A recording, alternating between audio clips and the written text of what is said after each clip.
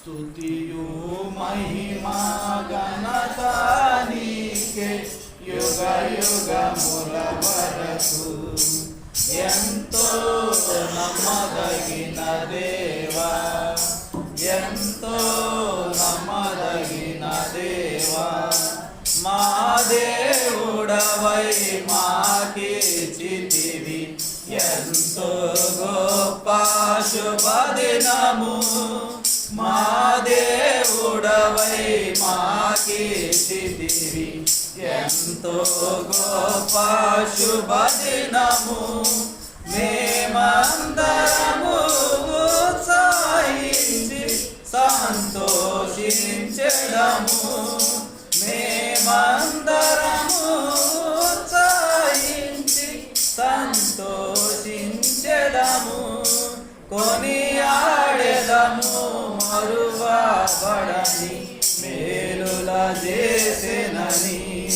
కొనియాడెదము మరువబడని మేలుల చేసెనని. స్తుతియు మహిమా ఘనత నీకే యుగ యుగముల వరకు. ఎంతో నమ్మదగిన దేవా, ఎంతో నమ్మదగిన దేవా, నీవొక్కడవే గొప్ప దేవుడవు. ఘనకార్యములు చేయుదువు. నీవొక్కడవే గొప్ప దేవుడవు. ఘనకార్యములు చేయుదువు. నీదు కృపయే నిరంతరము నిలచియుండునుగా. నీదు కృపయే నిరంతరము నిలచియుండునుగా. నిన్ను మేము ఆనందముతో ఆరాధించెదము. నిన్ను మేము ఆనందముతో ఆరాధించెదము. స్తుతియు మహిమా ఘనత నీకే యుగ యుగముల వరకు. ఎంతో నమ్మదగిన దేవా, ఎంతో నమ్మదగిన దేవా.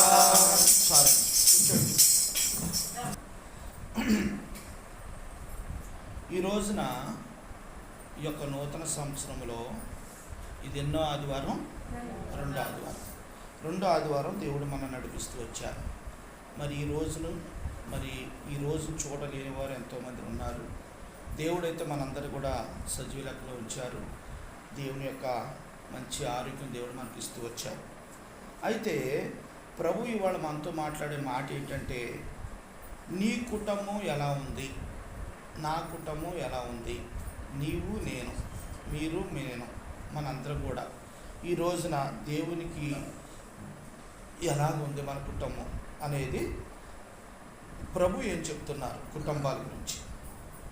మరి మన పరిశుద్ధ గ్రంథంలో ఉన్న, మరి బైబిల్ గ్రంథంలో ఉన్న కుటుంబాలు దేవునికి ఎలాగ లోబడి ఉన్నాయి, ప్రభులో ఎలాగున్నాయి, ఎలా కట్టబడ్డాయి అనే అనుభవాన్ని ఈరోజు కొన్ని మాటలుగా మనం చూద్దాం. ముఖ్యంగా మన అంశ భాగం ఏంటంటే, నీ కుటుంబం ఎలా ఉంది, నా కుటుంబం ఎలా ఉంది. అంటే చెప్పే నా కుటుంబం, వినే మీ కుటుంబం, మన అందరి కుటుంబాలు. అంతేగాని నేను కరెక్ట్ అని కాదు. మన అందరి కుటుంబాలు ఎలా ఉండాలి అని ప్రభు చెప్తున్నాడు. మనం ఎలా ఉంటే దేవునికి మంచిది అనే అనుభవాన్ని మనం కొన్ని గమనించుకుందాం. ఒకవేళ మనం ఎక్కడన్నా మనం ఆ దేవుడు చెప్పినట్లుగా మన కుటుంబం లేకపోతే ప్రార్థన చేసుకొని కట్టుకుందాం, ప్రభువును నమ్మకంగా ఎదుగు ఫలిద్దాం. కనుక ఒకసారి మనం గమనిద్దాం. మొదటి కుటుంబం ఆరు కుటుంబాలు చూద్దాం. బైబిల్ గ్రంథంలో నుండి 6 కుటుంబాలు చూద్దాం. 6 కుటుంబాల్లో ఎలా ఉన్నాయో ఒక్కొక్కటి గమనిస్తూ వద్దాం. చూడండి, మొట్టమొదటి కుటుంబాన్ని చూద్దాం. అపోస్తుల కార్యములు చూద్దాం. అపోస్తుల కార్యములు మొదటి కుటుంబం 18వ అధ్యాయము. మొదటి కుటుంబం 18వ అధ్యాయము అపోస్తుల కార్యములు 8వ వచనం. అపోస్తుల కార్యములు 18వ అధ్యాయము 8వ వచనం.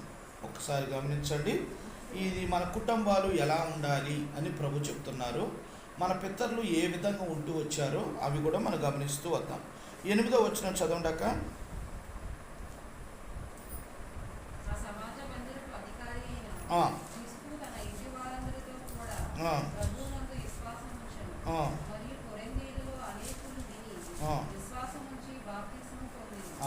చాలా ఇక్కడ మనం గమనించినట్లయితే మరొకసారి మనం అందరం కలిపి చదువుదాం. 8వ వచనం అందరం కలిపి చదువుదాం. ఆ మందిరపు అధికారి అయిన కిస్పా తన ఇంటి వారందరితో కూడా ప్రభువునందు విశ్వాసముంచెను, మరియు కొరింథీయులో అనేక మందిని విశ్వాసముంచి బాప్తిసము పొందిరి. దేవుని సహాయం కొరకు చిన్న ప్రార్థన.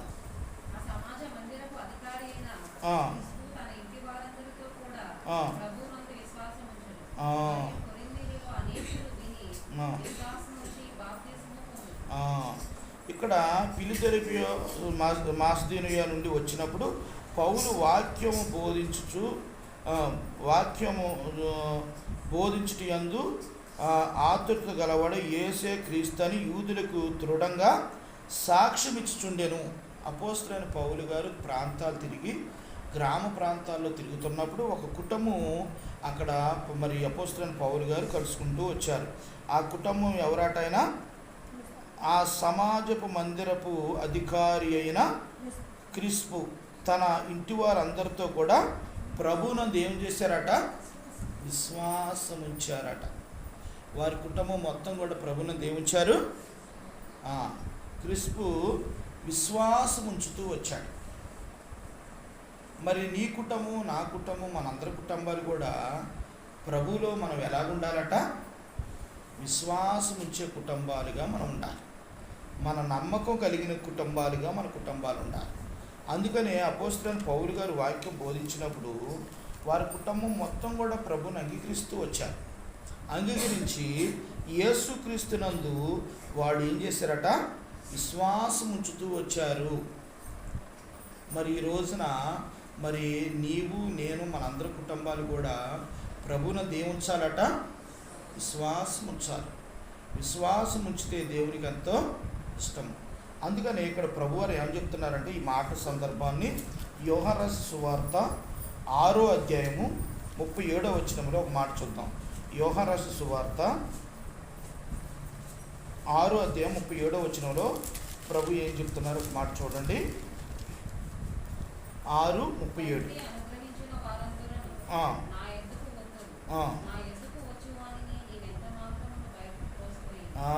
చూసారా?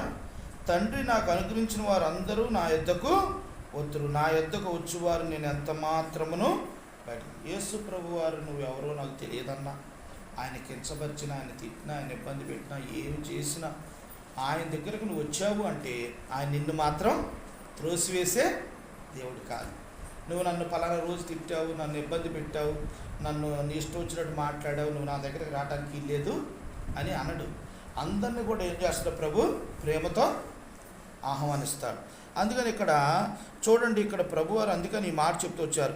తండ్రి నాకు అనుగ్రహించిన వారు అందరూ నా యొద్దకు వత్తురు, నా యొద్దకు వచ్చేవారు నేను ఎంత మాత్రమును బయటికి, ఆయన బయటికి త్రోసివేసే దేవుడు కాదు. ఎవరికైనా అవకాశం ప్రతి ఒక్కరికి దేవుని యొక్క సన్నిధిలోకి అవకాశం ఉంది. అందుకనే మనం ఎప్పుడు కూడా మన మందిరాలు ఎప్పుడు కూడా తెరిచే ఉంటాయి. అందుకని అంతేకాకుండా మరి ఒకసారి దేవుని మందిరం ఇలా జరుగుతుంటుంటే ఒక బ్రదరు ఎక్కడుండో వస్తూ ఆయన వచ్చి కూర్చున్నాడట. కూర్చుంటే ఆయన దగ్గి ఆ దగ్గుతో మొత్తం షర్ట్ అంతా బ్లడ్ అట, రక్తం, దగ్గుతుంటే రక్తం పడుతుంది. అతను ఒక వ్యాధి వచ్చింది. అలాగే కూర్చొని దేవుడు ఎందుకనో దేవుని దగ్గరికి వచ్చి కూర్చున్నాడట. వాళ్ళందరూ చూసి కూర్చొని వాళ్ళు ఏం మాట్లాడలేదు. దేవుడు కూర్చోబెట్టి దేవుని వాక్యం విన్న తర్వాత దేవుడు తనతో మాట్లాడుతూ వచ్చిన తర్వాత ప్రభు వెంటనే ఇల్లు విడిచిపెట్టి వచ్చిన ఆ అబ్బాయి వెంటనే మళ్ళీ ఇంటి దగ్గరికి వెళ్ళి వాళ్ళ ఇంట్లోకి వెళ్ళి స్థలస్నానం చేసి వెంటనే మంచి బట్టలు వేసుకొని ఒక రూమ్లోకి వెళ్ళి కూర్చొని దేవుని సన్నిధిలో ఏమి తినకుండా ఉపవాసం ఉండి ప్రార్థన చేయటం మొదలెట్టాడు. దేవుడి వాక్యం చదువుకుంటా మొదలెట్టిన వెంటనే ఆ ఇల్లంతా కూడా ప్రకాశమైన వెలుగు కమ్మి అతనితో దేవుడి వాక్యం ద్వారా దేవుడు మాట్లాడుతూ వచ్చాడట.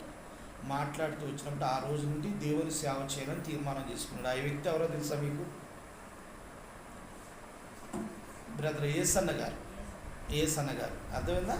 ఏసన్న గారు ఆ విధంగా ఆయన సాక్ష్యములో ఆయన దగ్గుతూ ఇంటి నుండి బయటకు వచ్చి విపరీతంగా ఎక్కడ చెత్త కుప్పలల్లా అక్కడ దగ్గర అది పెట్టి తిని విపరీతంగా దగ్గుతూ చాలా భయంకరమైన స్థితిలో ఉన్నప్పుడు దేవుడు తన దర్శిస్తూ వచ్చాడు.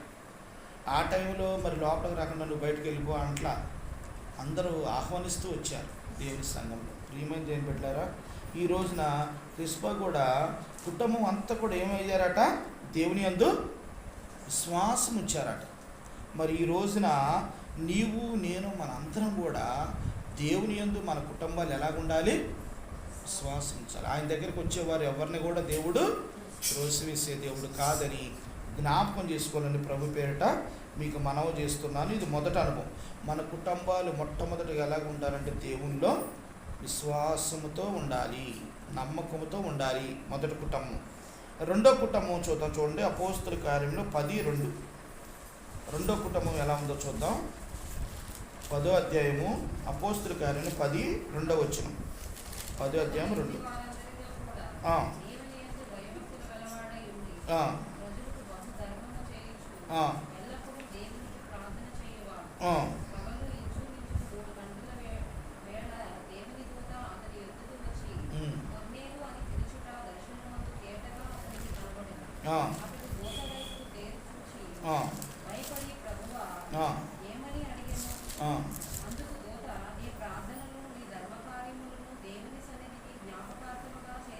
చాలమ్మ. ఇక్కడ మనం చూస్తే ఇటలీ పట్టణం అనబడిన పొలములో శతాధిపతి అయిన కొర్నేలి అనే భక్తిపరుడు కైసరులో ఒకడుండెను. అతడు తన ఇంటి వారందరితో కూడా దేవుని యందు భయభక్తులు గలవాడై ఉండి ప్రజలకు బహుధర్మము చేయుచు ఎల్లప్పుడూ దేవునికి ప్రార్థన చేయువాడు. ఈ కుటుంబం ఎలాంటిదట? దేవుని యందు భయభక్తులు కలిగిన కుటుంబం. ఈ కుటుంబం ఏంటి? దేవుని యందు భయభక్తులు కలిగిన కుటుంబంగా ఉంది. మరి ఈ రోజున కొర్నేలి కుటుంబం వలె నీ కుటుంబం, నా కుటుంబం, మనందరి కుటుంబాలు ఉండాలి అని ప్రభు కోరుతున్నాడు. అందుకని ప్రభు నీతో నాతో మాట్లాడుతూ వస్తున్నాడు. ఇక్కడ క్రిస్పు అనే మా యొక్క కుటుంబము దేవుని యందు విశ్వాసం ఉంచుతూ వచ్చాడు. అలాగే కొర్నేలి కూడా మనం చూసినట్లయితే దేవుని యొక్క మరి దేవుని యందు వారి కుటుంబం మొత్తం కూడా భయభక్తులు కలుగుతూ వచ్చారు. భయభక్తులు కలిగి బహుధర్మం చేస్తూ ఎంతో ధర్మకార్యాలు చేస్తున్నవాడు కొర్నేలి. ఆ వ్యక్తితో దేవుడు మాట్లాడుతూ వచ్చాడు. ప్రియమైన దేవుని బిడ్డారా, అందుకని చూడండి 11వ అధ్యాయము 13-14 వచనాలు చదవండి. ఇదే పక్క పేజీ. అపోస్తుల కార్యము 11వ అధ్యాయము 13-14 వచనాలు చదవండి. అపోస్తుల కార్యము 11, 13, 14. అపోస్తుల కార్యములు 11వ అధ్యాయము 13వ వచనం 14వ వచనం చదవండి.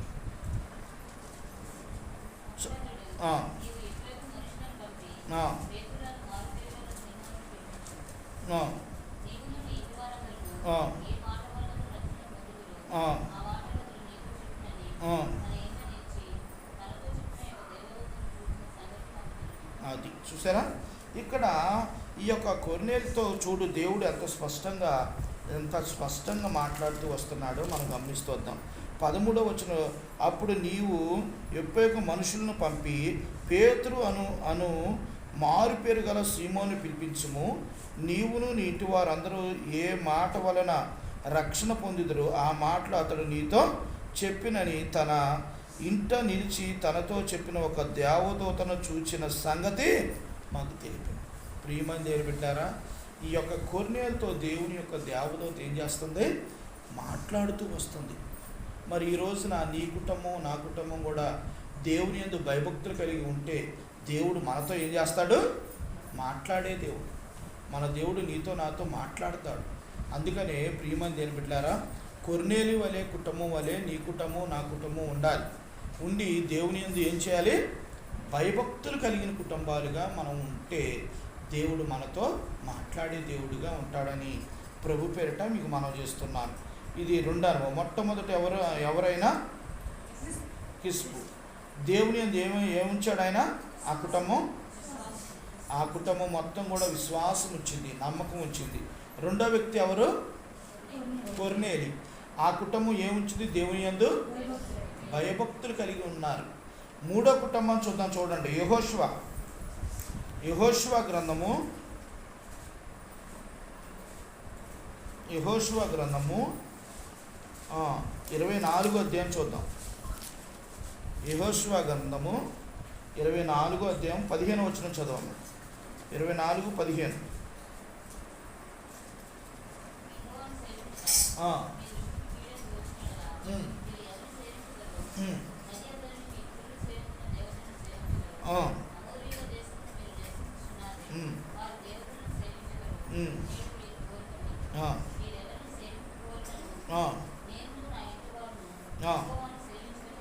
అది ఇప్పుడు యెహోషువ కుటుంబం ఎవరిని సేవిస్తున్నారట? నేనును నా ఇంటి వారును యెహోవానే సేవిస్తాం. అంటే యెహోషువ కుటుంబం దేవుణ్ణి మాత్రమే సేవిస్తూ వచ్చింది. నేనును నా కుటుంబం. ఆ కాలంలో చాలా భయంకరమైన పరిస్థితులు ఉన్నాయి. అప్పుడు ఆ పరిస్థితిలో యెహోషువ అంటున్నాడు, మీరు ఎవరినైతే కొలుస్తారో మీ ఇష్టం, మీరు అక్కడికి వెళ్ళండి, కానీ నేనును నా కుటుంబం మాత్రం, మీరు చూడండి ఎంత స్పష్టంగా మీరు ఎవరిని సేవిస్తారో మీరే కోరుకోండి, నేనును నా ఇంటి వారిని యెహోవాను మాత్రమే సేవిస్తాం. ప్రియమైన దేవుని బిడ్డలారా, ఈ కుటుంబము దేవుణ్ణి సేవించే కుటుంబముగా నిజంగా యెహోషువ మాట అన్నప్పుడు వాళ్ళ పిల్లలు, లేదు నాన్న, మరి నేను ఎక్కడ ఉన్నాను, నేను నా ఇష్టం నాది అనలా. కుటుంబం మొత్తం కూడా లోబడుతూ వచ్చింది.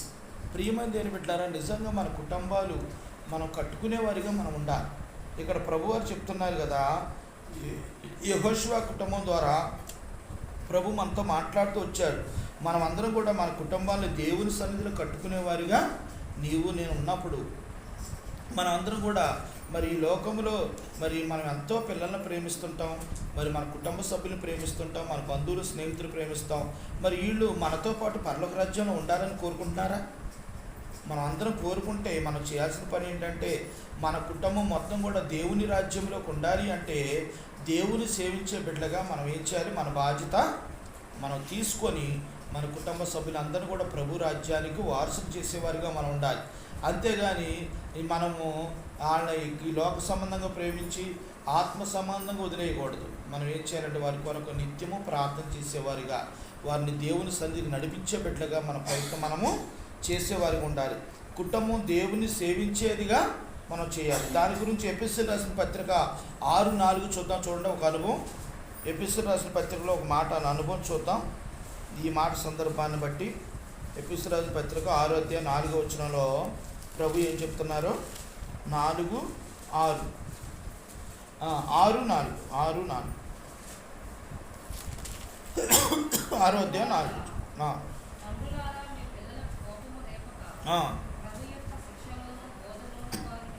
అది తండ్రులారా మీ పిల్లలకు కోపము రేపక ప్రభు యొక్క శిక్షలోను బోధలోను వారిని ఏం చేయాలట? వాళ్ళని కోపం తెప్పించడం కాదు, కానీ ప్రభువుని ఆ బిడ్డల్ని దేవుని యొక్క సన్నిధికి నడిపించడానికి ప్రేమతో వారితో మాట్లాడి దేవుని సన్నిధికి రావడానికి మన ప్రయత్నము మనం చేయాలి. అందుకని ఇక్కడ ప్రభు చెప్తూ వచ్చారు, తండ్రులారా మీ పిల్లల కోపము రేపక ప్రభు యొక్క శిక్షలోను బోధలోను వారిని పెంచండి. చిన్నతనం నుండే మొక్కే వంగనది మ్రాణై వంగున, అంటే చిన్న మొక్కగా వంగంది పెద్ద చెట్టు అయిన తర్వాత మనం అసలకే వంచలేము. అందుకని చిన్నప్పటి నుండే పిల్లల్ని భయభక్తులతో పెంచుతూ దేవుని క్రమంలో వాళ్ళని ముందుకు తీసుకువెళ్తుంటే పెద్దోడు అయిన తర్వాత వాళ్ళు ఏం చేయరో తప్పిపోకుండా దేవుని క్రమంలో ఉంటారు. ప్రియమైన దేవుని బిడ్డలారా, యెహోషువ చేసింది అదే. వారి కుటుంబాన్ని మొత్తాన్ని కూడా దేవుని క్రమంలో పెంచుతూ వచ్చాడు గనక ఆయన ధైర్యంగా వాళ్ళందరూ ప్రజలు ఎదుట అందరితో చెప్తున్నాడు కదా, మీరు ఎవరిని సేవిస్తారో సేవించుకోండి, కానీ నేనును నా కుటుంబము యెహోవానే సేవిస్తామని. మరి ఈ రోజున ఇక్కడున్న ప్రతి కుటుంబం కూడా మనందరం కూడా ఎలాగ ఉండాలంటే మనందరం కూడా దేవుని కుటుంబంగా, దేవుని సేవించే కుటుంబంగా మన కుటుంబాలు ఇక్కడ కట్టుకునేవారిగా మనం ఉండాలని ఇది 3వ అనుభవంగా ప్రభు మనతో మాట్లాడుతూ వచ్చారు. 4వ అనుభవం చూద్దాం. చూడండి, అపోస్తుల కార్యములు 16వ అధ్యాయం చూద్దాం. 4వ కుటుంబం చూద్దాం. అపోస్తుల కార్యములు 16వ అధ్యాయం 15వ వచనం. 16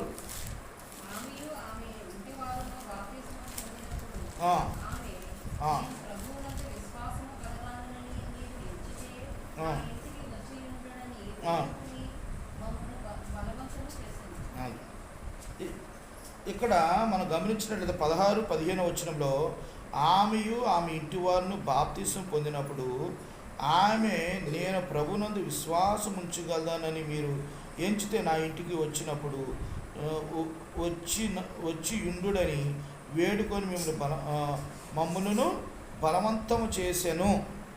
చూడండి, ఆమె కుటుంబం లూదియా అనే వ్యాపారి, ఆమె ఈ యొక్క యూదారంగు బట్టలు అది పొడి అమ్మే స్త్రీ, ఆ యొక్క అక్క. చూడండి, నిజంగా అపోస్తలుడైన పౌలు గారు చెప్పే మాటలందు దృష్టి ఉంచి మరి ప్రభునందు విశ్వాసం ఉంచి ఆమె ఇంటికి తీసుకువెళ్ళి ఆ ఇంటి దగ్గర వాక్యం బోధించిన తర్వాత చూడండి, వాళ్ళ కుటుంబం మొత్తం కూడా ఏం చేశారట? బాప్తిసం పొందుతూ వచ్చారట. కుటుంబం మొత్తం కూడా ఏమయ్యారు? బాప్తిసం పొందుతూ వచ్చారు. నిజంగా తన ఇంటమే కాదు, ఈ ప్రభుని నా కుటుంబంలోకి తీసుకెళ్ళాలి, నా కుటుంబంలో ఉంటే నాకు క్షేమము అని గ్రహించి యేసు ప్రభు వారిని ఆ కుటుంబం మొత్తానికి పరిచయం చేసి అందరూ కూడా ప్రభునందు విశ్వాసం ఉంచేటట్లుగా చేసింది. ఆ యొక్క యేసు ప్రభు నమ్మకముందు వాళ్ళు ఇష్టంగా వేరే వాళ్ళు కొలుసుకునేవారు, వాళ్ళు పూజించుకునేవారు. కానీ ఎప్పుడైతే ప్రభుని అంగీకరించిందో వెంటనే ప్రభు తన మాటలందు లక్ష్యం ఉంచిందో వెంటనే ఆ కుటుంబాన్ని కూడా బాప్తిసం తీసుకునేటట్లుగా చేసింది. ప్రియమైన దేవుని బిడ్డారా, ఈ రోజున ఈ లూదియా కుటుంబంలాగా నీ కుటుంబం, నా కుటుంబం, మనందరి కుటుంబాలు ఉండాలని ప్రభు కోరుతున్నాడు. మనందరం కుటుంబ సభ్యులందరూ కూడా రక్షణ పొందాలి. అది బాప్తిసం తీసుకోవాలి అందరూ కూడా. ఎందుకంటే ఈ లోక సంబంధం వ్యక్తులు కాదు, మనం ఆత్మ సంబంధం. ఈ రోజున ఈ లోకాన్ని విడిస్తే పరలోక రాజ్యంలో ఉంటామన్న నిరీక్షణ మన కుటుంబంతో ఉంటామని మనము ఆ నిరీక్షణతో మనం ఉండాలి. నేను మా స్నేహితులతో మాట్లాడినప్పుడల్లా నేను అంటాను, నేను ఇక్కడ స్నేహితుడిగా నీతో స్నేహం చేస్తున్నాను, ఈ స్నేహం ఇక్కడతోనే పోకూడదు. ఈ స్నేహం నేను ఈ లోకాన్ని విడిచిన, నువ్వు ఈ లోకాన్ని విడిచిన, మన దేవుడి రాజ్యంలో పోయి అక్కడ ఉండాలి మన ఇద్దరం. అది నా నిజమైన స్నేహం. నువ్వు కూడా ప్రభులోకి రా అని నేను చెప్తూ వస్తాను. ప్రియమైన దేవుని బిడ్డలారా, నిజంగా మనము ఈ లోకంలో వీళ్ళని ప్రేమిస్తున్నాము అంటే వాడిని నిజమైన ప్రేమించడం అంటే ఏంటో తెలుసా? వాళ్ళ ప్రభులోకి నడిపించడమే నిజంగా నువ్వు ప్రేమించడం. ప్రియమైన దేవుని బిడ్డలారా, ఈ లూదియా గారు వారి కుటుంబం మొత్తాన్ని కూడా బాప్తిసం పొందేటట్లుగా చేసింది. దాని గురించి 2వ అధ్యాయము అపోస్తుల కార్యం 2:38 చూడండి ఒక మాట. 2:38 అపోస్తుల కార్యం 2:38 చూడండి.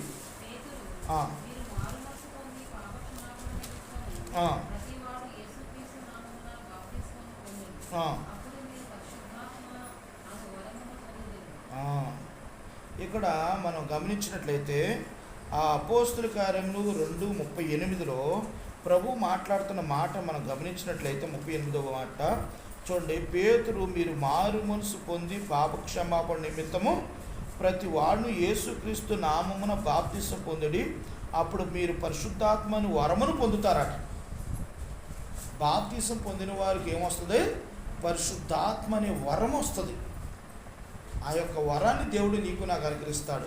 ఎప్పుడైతే ఈ లోకము నుండి నువ్వు లోకములో నుండి లోక ఆశ నుండి దూరం అయిపోయి యేసు ప్రభు నా దేవుడిని నువ్వు అంగీకరిస్తావో, యేసు ప్రభు కోసం నీ యొక్క ఇష్టాలన్నీ చంపుకుంటావు, దేవుని సంఘం అందరి ఎదుట, నీ కుటుంబం ఎదుట, లోకం ఎదుట నేను యేసు ప్రభు వారిని నమ్ముకున్నానని అందరి ఎదుట సాక్ష్యం ఇస్తూ బాప్తిసం తీసుకుంటావు చూసావు, అప్పుడు పరిశుద్ధాత్మ దేవుడు వరం నీకు ఇస్తాడు. ఆ వరం నీలోకి వస్తుంది. అప్పుడు నువ్వు మార్పు చెందుతావు. నువ్వు మానలేని అనుకున్నవన్నీ కూడా మానేస్తావు. దేవుడు ఆ మనసు మారుస్తాడు. చూడండి, చాలామంది త్రాగుబోతులు, చాలామంది జోదగాలు ఏదైనా కావచ్చు, మీరు లోకంలో ఎవరినైనా చూసుకోండి, సిగరెట్లు తాగొచ్చు, బీడీలు తాగొచ్చు, బ్రాండ్లు తాగొచ్చు, ఏదైనా తాగొచ్చు, వాళ్ళందరూ ప్రభు నమ్ముకున్న తర్వాత ఏమయ్యారు? మార్పు చెందుతూ వచ్చారు. వాళ్ళు ఎలా మార్పు చెందారంటే పరిశుద్ధాత్మ దేవుడు వారిలోకి వచ్చి వారు మనసు మార్చేసాడు. మనసు మారితేక దాని మీదకే వెళ్ళదు. అందుకనే మన కుటుంబం కట్టబడాలి అంటే మన కుటుంబం ఏం చేయాలి? బాప్తిసంలోకి నడిపించాలి. అందరూ బాప్తిసం తీసుకోవాలి. అప్పుడే మన కుటుంబం అందరూ కూడా సంతోషంగా ఉంటూ దేవుని సన్నిధిలోకి మనము ఆయన సన్నిధిలో ఉండేవారికి ఉంటాం. అది పరిశుద్ధాత్మని వరం కూడా మనం పొందుకునే వారికి ఉంటాం. ఇది ఎన్నో అనుభవం? 4 అనుభవం కదా. 5 అనుభవం చూద్దాం. చూడండి, అపోస్తుల కార్యములు 16వ అధ్యాయం చూద్దాం. అపోస్తుల కార్యములు 16వ అధ్యాయం 31వ వచనం. 16:31.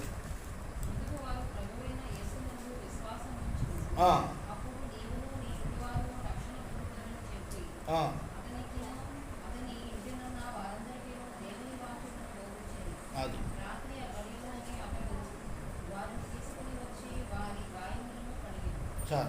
ఇక్కడ మనం చూసినట్లయితే ఇక్కడ ప్రభువారు ఇక్కడ ఒక చక్కని కుటుంబాన్ని మనకు పరిచయం చేస్తుంది. చెరసాల నాయకుడైన ఈ నాయకుడు ఎలా ప్రభువుని ఎలా అంగీకరించాడు చూడండి. 31వ వచనంలో ఎంత అద్భుతం. అందుకు వారు ప్రభువుని యేసునందు విశ్వాసముంచుము, అప్పుడును నీవును నీ ఇంటి వారిని రక్షణ పొందుదురని చెప్పి. రక్షణ అనేది చాలా ప్రాముఖ్యమైన విషయం. ఈ రోజున మన పిల్లల కోసం, మన కుటుంబ సభ్యుల కోసం మనం ఏం చేస్తున్నామంటే మరి ముందు చూపు కోసం మనం ఎల్ఐసి పాలసీలు మరి అవి ఇవి కట్టుతీ మరి తర్వాత ఉపయోగపడితే పిల్లలకని మరి ఆ స్కీమ్లు ఈ స్కీమ్లు కడుతుంటాం. అదే రక్షణ కాదు. అసలైన రక్షణ ఏంటో తెలుసా? నీ కుటుంబం, నా కుటుంబం, మన కుటుంబ సభ్యులందరూ కూడా రక్షణ పొందాలి. వారికి రక్షణ వలయం కావాలి అంటే దేవుని యందు యేసు ప్రభునందు విశ్వాసము. ఇక్కడ చూసినట్లయితే చెరసాల నాయకుడు ఏం చేశాడో చూడండి.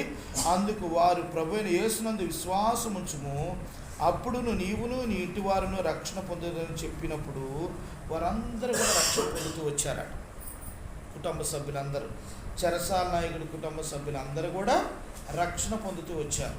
నిజంగా ఇలాంటి కుటుంబంగా నీ కుటుంబం, నా కుటుంబం ఉండాలని ప్రభు కోరుతున్నాడు. మనందరూ రక్షణ పొందాలి. రక్షణ పొందితేనే మనం అందరం కూడా పరలోక రాజ్యానికి వారసులు అవుతాం. రక్షణ పొందకుండా బాప్తిసం తీసుకోకుండా ఉంటే మనం పరలోక రాజ్యానికి వెళ్ళమండి, మరి నరకానికి వెళ్ళేవారిగా ఉంటాం. అందుకని ప్రభునందు విశ్వాసం ఉంచుము, అప్పుడు నీవును ఇంటి వారందరూ కూడా రక్షణ పొందుతారని ప్రభు చెప్పినట్లుగా మరి ఆ యొక్క సరసాల నాయకుడి యొక్క కుటుంబం అందరూ కూడా రక్షణ పొందుతూ వచ్చింది. చూడండి 13:39 చూడండి ఈ అనుభవం గురించి. 13వ అధ్యాయము 39 ఒక వచనం చూద్దాం. 13:39.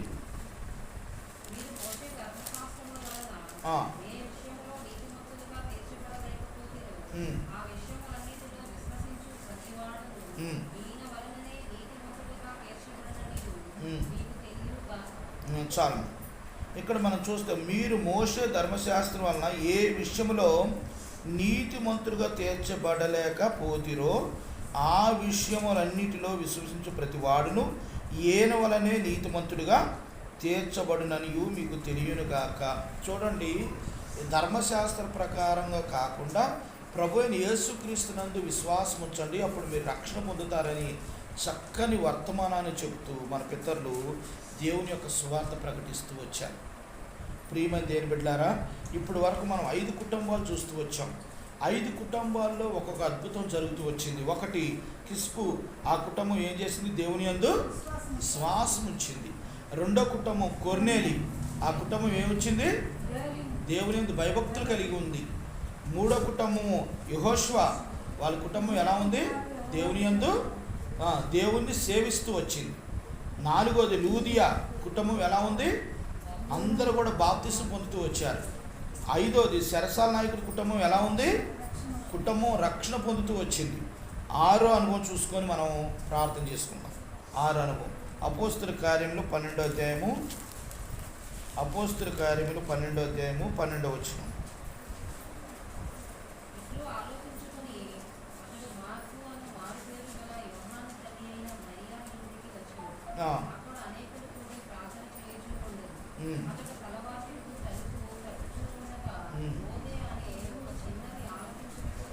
చాలమ్మ. యోహాను తల్లి మరియా, వీళ్ళిద్దరు కూడా వారి కుటుంబం అనేకులతో కలిసి వాళ్ళు ఎలాగున్నారట? ప్రార్థన చేస్తూ ఉన్నారట. యోహాను తల్లి మరియా వారితో పాటు అనేకులు కలిసి ఏం చేస్తున్నారు? ప్రార్థన చేస్తున్నారు. మన కుటుంబం కూడా ఎలాగుండాలి? ప్రార్థన కుటుంబంగా ఉండాలి. మన కుటుంబం సభ్యులందరూ కూడా ఏం చేయాలి? ప్రార్థన చేసేవారిగా ఉండాలి. ప్రియమైన దేవుని బిడ్డలారా, ఇది మనము దేవుని వాక్యం వినటమే కాదు కానీ మన కుటుంబాల్లో మార్పు తెచ్చుకునేవారిగా మనందరికి మనమే ప్రయత్నం చేయాలి. అంతేగాని మనము విన్నాము అయిపోయింది నాకు తెలుసు అనేటట్లుగా కాదు. ఎన్న వాక్యాలు తీసుకెళ్ళి ఇంటికాడ బోధించాలి. మనం ఎక్కడికన్నా బయటికి వెళ్ళి రాంగులోనే మన ఇంట్లో ఉన్న వారికి ఎలా చెప్తాం? అన్నీ పోసుకొచ్చినట్టు చెప్తామా లేదా? అక్క బంటి మిల్లు వెళ్ళాను, బంటి మిల్లులో బస్సు ఖాళీ లేదు, అయినా సరే ఏలాంటిపడి వెళ్ళిపోయా, అక్కడ సీటు దొరకలా, అక్కడ నుండి మళ్ళీ విజయవాడ వెళ్ళా, విజయవాడలో అస్సలు కిక్కిరితే జనం, సంక్రాంతి పండగ కనుక ఇంకా జనం, ఇలాగా ఇంటికి మళ్ళీ తిరిగి వచ్చే అన్న విషయాలన్నీ చెప్తాం కదా. మరి ఇంటికి వెళ్ళిన తర్వాత మందిరంలో జరిగిన విషయాలు చెప్తున్నారా? ఒక్క విషయం అన్న చెప్పాలి, చెప్పటం మంచిదన్నమాట. అప్పుడు వాళ్ళ హృదయంలో చెప్పగా చెప్పగా చెప్పగా ఏమైందంటే కార్యం జరిగింది. అవును కదా, అవును కదా, ప్రభు చేసిన కార్యాలు మరి వాళ్ళతో చెప్తుంటే వాళ్ళ హృదయంలో కూడా కార్యం జరిగింది. నువ్వు విన్న వాక్యము నీ దగ్గరతో మర్చిపోకూడదు. నువ్వు విన్న వాక్యము నీ కుటుంబ సభ్యులతో, నీ రక్త సంబంధులతో నువ్వు పంచుకోవాలి. ఇంటికి వెళ్ళి మాట్లాడాలి ఆ విషయాలు. అంతేగాని నేను విన్నాను, నేను దేవుని స్తుతించాను, కానుకేసి వచ్చాను, ఈ రోజుతో అయిపోయింది, మళ్ళీ వచ్చే ఆదివారం కలుసుకుందాం బాయ్ బాయ్ అంటే కాదు. మనం వెళ్ళి మన కుటుంబ సభ్యుల్ని కలుసుకోవాలి, వారితో చక్కగా మాట్లాడాలి, దేవుని ప్రేమ వాళ్ళకి చూపించాలి, వాళ్ళని కూడా మరి ప్రభువులోకి తీసుకురావాలి. అందుకని ఇక్కడ మన పితరులు అందరూ కూడా కుటుంబ సభ్యులందరినీ మారుస్తూ వచ్చారు, అందరూ మార్పు చెందుతూ వచ్చారు. అలాగే నీ కుటుంబం నా కుటుంబం ఎలా ఉందో ఒకసారి మనందరికి మనమే పరిశీలన చేసుకొని ప్రభు దగ్గర మనం తీర్మానం చేసుకొని ప్రభు నిజంగా మా కుటుంబం కూడా మరి ఈ 5 కుటుంబాల్లాగా చేయి ప్రభు, మా కుటుంబం కూడా అలాగుంచు ప్రభు అని ఒక చక్కని తీర్మానం కలిగి మనము ఉండేవారి ఉండాలని ప్రభు పేరట మీకు మనవి చేస్తున్నాను. మనం బలలో చేయి వేసిన తర్వాత ఒక చిన్న సాక్ష్యం ఉంటుంది. క్రాంతి తమ్ముడు మనకు సాక్ష్యం చెప్తాడట తన రక్షణ గురించి ఒక పావుగంటలో. ఆ సాక్ష్యం విని మనం ముగించుకొని లాస్ట్ ఆశీర్వాదాలు తీసుకొని వెళ్దాము. ముందుగా బల్ల తీసుకొని తర్వాత చిన్న సాక్ష్యం విందాం, ప్రార్థన చేసుకుందాం అందరం.